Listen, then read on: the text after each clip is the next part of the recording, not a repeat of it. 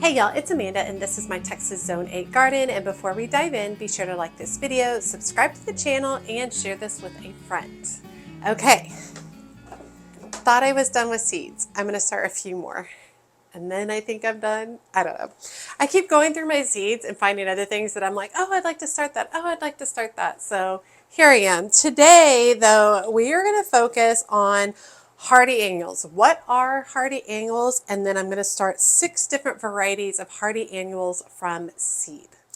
Okay, so I started exploring the world of hardy annuals a few years ago, and my favorite book on the matter is Cool Flowers by Lisa Mason Ziegler. It's a really, really good book for just getting started on cool flowers. But what are cool flowers or hardy annuals? Hardy annuals are plants that complete their life cycle in 1 year but can survive cold weather and even light frosts. Now, why in the world would we even care about cool flowers or hardy annuals? Because, I mean, when I first heard about them, I was like, what? Like, what is the purpose of them? So, when these are started in the summer and planted out in the fall, they establish strong roots and are ready to burst into bloom in early spring, long before tender annuals. Basically, it gives you a jump.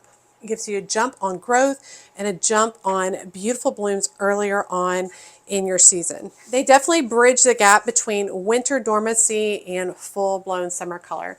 And I think that that's important because there is this moment like in the winter when you're starting seeds and then you're getting those seedlings out in the spring. You're not really getting a lot of flowers at the beginning of the spring. This kind of gives you a head start on a lot of that. Examples of hardy annuals, and remember these are plants that like some cool weather. Snapdragons, larkspur, love and a mist, which I really want to grow and I failed miserably every time. So let me know if you have suggestions. Bells of Ireland, Iceland poppies, buplurum, and corn cockle.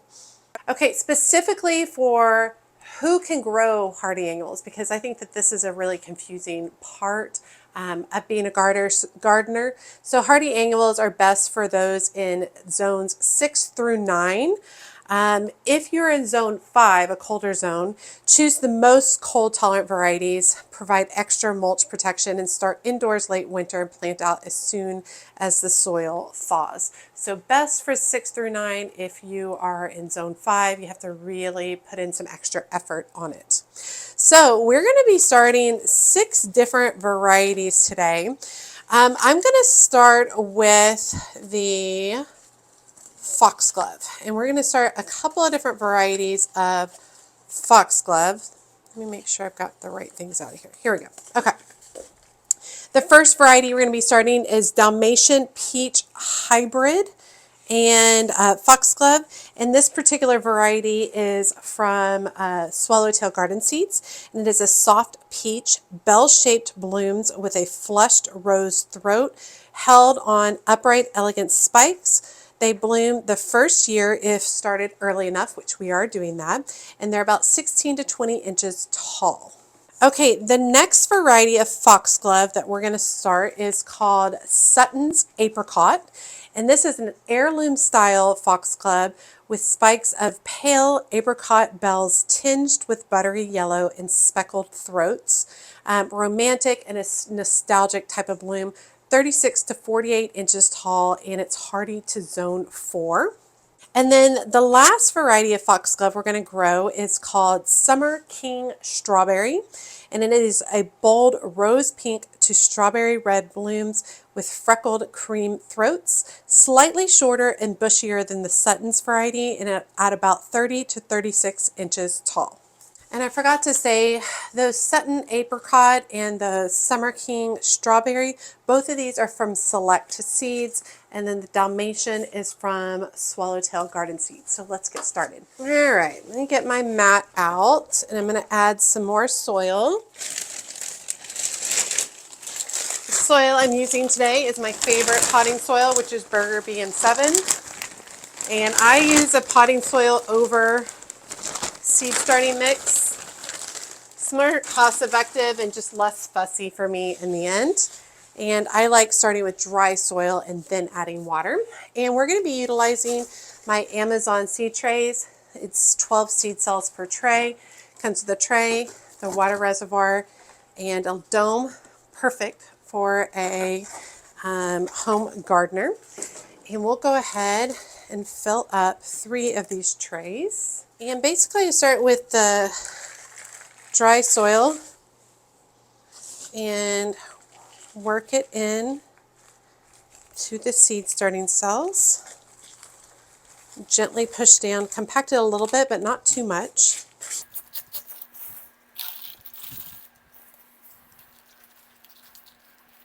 We've already started some hardy annuals already this summer, just in quote-unquote term them as hardy annuals. And I had some people ask some questions, so I wanted to make sure I went back and talked about all of this, because it can get confusing. But, you know, if whatever zone you are, say you're zone 7, just get online, look it up. Cool flowers for zone 7. See what suggestions it has, okay? And this definitely gives you a head start on some stuff. More blooms earlier. Okay, and we're going to start all 3 of these foxglove at the same time. So let me bring y'all in closer so you can see what the seeds look like. Okay, for foxglove seeds, they are surface sow and they have to have light for germination. Oh, look how all that foxglove seed is collected right there. Yeah, on the edge. It got stuck in the like sticky part. All right, so let me push some of that down. And foxglove seeds are like literal dust.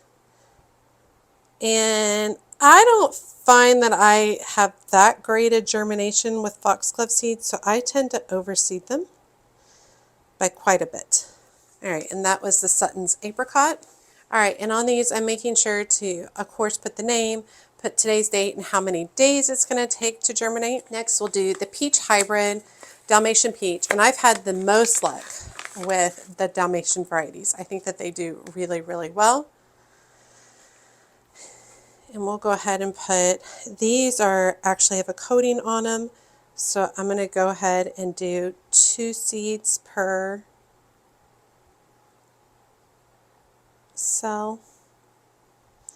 And if I end up having great germination, I could prick out some of the seeds so that I can make more plants. And I'm not pushing down on these because they are so small that they will stick. And the last variety is that Strawberry Foxglove Summer King.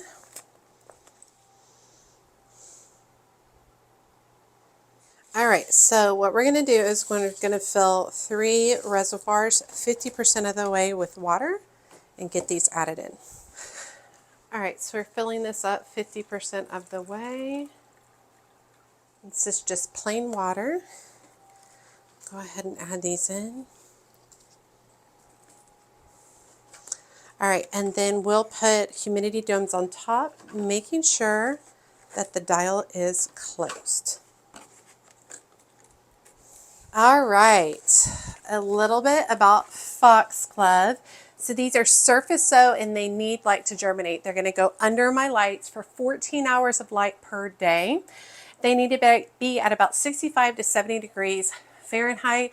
The ambient temperature of my house is about 68 to 72, so it should be pretty good. They take 14 to 21 days to germinate. They are also considered deer resistant, pollinator friendly. They add drama and vertical interest to spring beds, and they're excellent for cottage gardens. Also, a reminder that foxglove are highly poisonous. All parts of them, even just breathing in the pollen, can be dangerous. So if you have any concerns, do not grow these in your garden. We'll put them under there, and in 14 to 21 days, hopefully we should have some more foxglove seedlings. I'm excited. They're a really fun, unique flower to put in your garden. They're definitely like a standout, which I think is really fun. Okay, the next variety of seed we're going to start is called Pacific Giant Astellot Delphinium.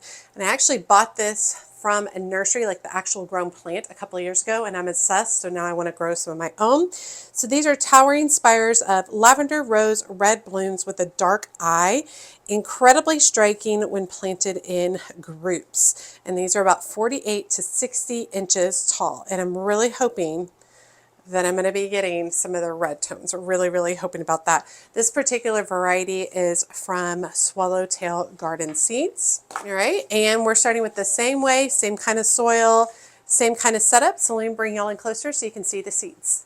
All right, so these are surface sow but gently pressed into the soil, and they do need light for germination. So let me show you that what that looks like. Now, Delphinium, I feel, are pretty hit or miss for me. Sometimes they do great, sometimes they don't. So these can benefit from some soaking. They can also benefit from cold stratification, which is the process of putting them in a moist environment in your refrigerator for a couple of weeks. Y'all, I feel like it's a crapshoot with Delphinium seeds, just to be perfectly honest.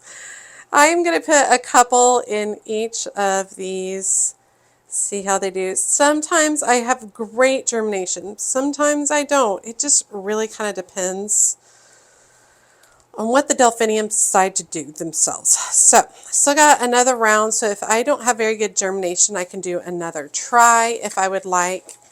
Like I said, it's really kind of up in the air in my opinion with Delphinium. Now, we're going to gently press down on the soil. These are bigger, harder seeds, so they're not going to stick to your soil unless you're starting with moist soil.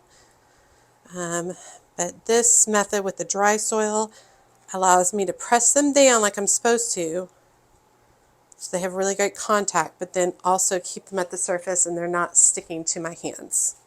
All right, we're going to fill up another water reservoir 50% of the way. Go ahead and add in our tag and a lid with the dial closed. Okay, a little bit about the Delphinium.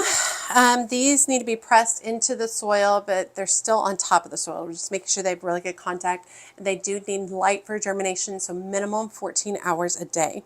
They need to be at about 60 to 65 degrees for Fahrenheit, and this might be one of the biggest issues I have, is that it's just warm. And it's warm in my house, so it is what it is. 14 to 21 days to germinate. These prefer cool temps, fertile soil, and protection from the wind, and they might need assistance with staking as they can blow over pretty easily. All right, we've got those going. All right, shifting to one more type of seed, but we're going to start two different varieties for those. And that is Statice. Statice is a great cut flower to grow. Really loves the heat, does really, really good, but it can handle the cooler temps of the winter. So we're going to start two different varieties. The first one is called Sunset Mix Statice, and it is from Floret, so it's an old seed packet. It is a warm blend of apricot, terracotta, peach, and honey bronze tones with papery textures that dry beautifully at about 24 to 30 inches tall. And then the next variety is called Apricot Statice, which is from M.I. Gardner.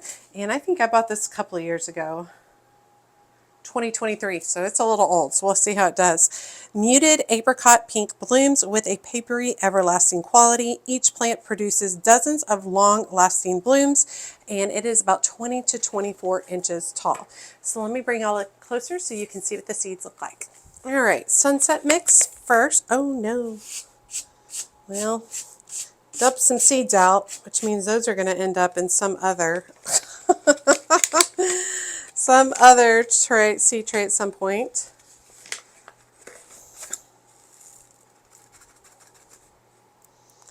This looks like the last of these. Let me make sure I get all these out. Oh no, there's some more. There we go. So these are about 1/8 of an inch deep, no light for germination. So I'm going to give a little bit of sprinkle, a couple of seeds per seed cell. And then what I'm going to do is I'm going to come across the top with some additional soil.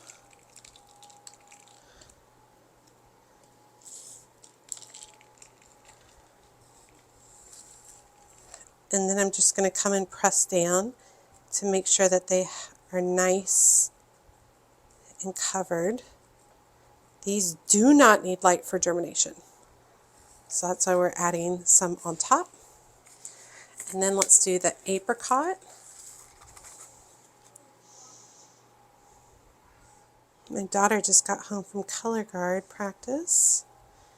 So I'm not going to lie, I'm hurrying a little bit because I want to hear how her day went. All right, and we're just coming across the top, giving a good layer of sprinkling. If I see any massive pieces of bark, I'm pulling those out.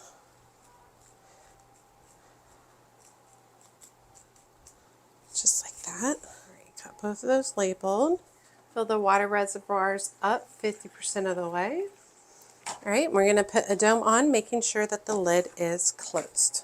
Okay, these do not need light for germination. So we're going to go up on this other shelf right here, and I'm going to go ahead and unplug this light to make sure that they're getting plenty of darkness.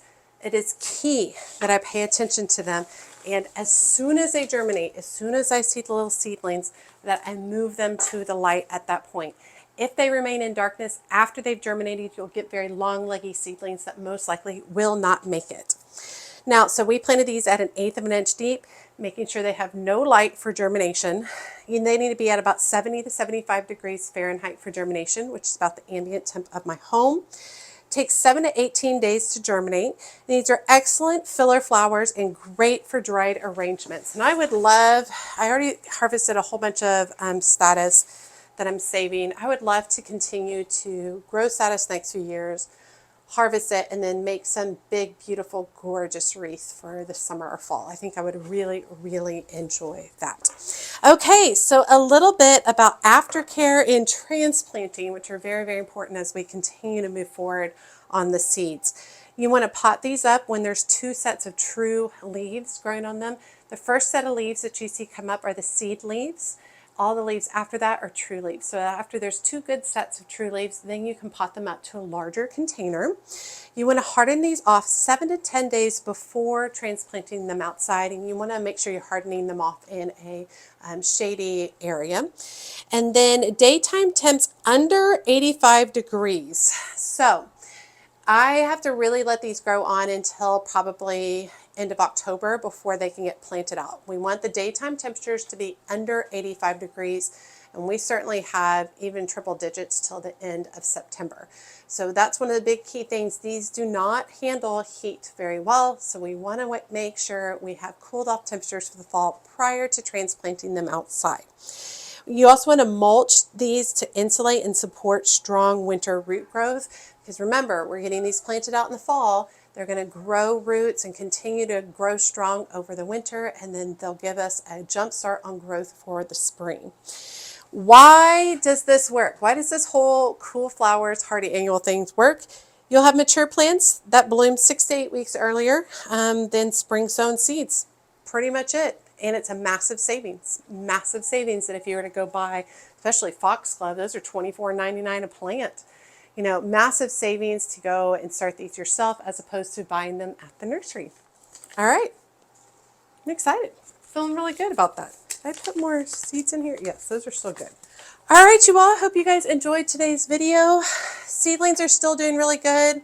I ended up having some mold issues with my Lysianthus. Let me show you. Lots of seedlings doing beautifully.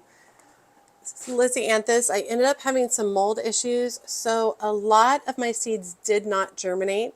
There is some germination. I would say about 30 to 40% germination, but like the Roseanne Brown did not do well. I got a few of the Voyage Pink.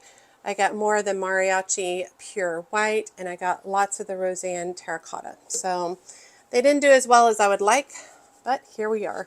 So just keeping them moist, keeping them going, and we'll see how they continue doing. Everything else is really fun. Look at all the coleus starting to put on lots of color. These up here. So fun. These marigolds are about ready to be pinched. Everybody else is looking really good. Some of these marigolds over here are trying to bloom. Those are all those strawberry blonde. Yeah. It's looking great, y'all.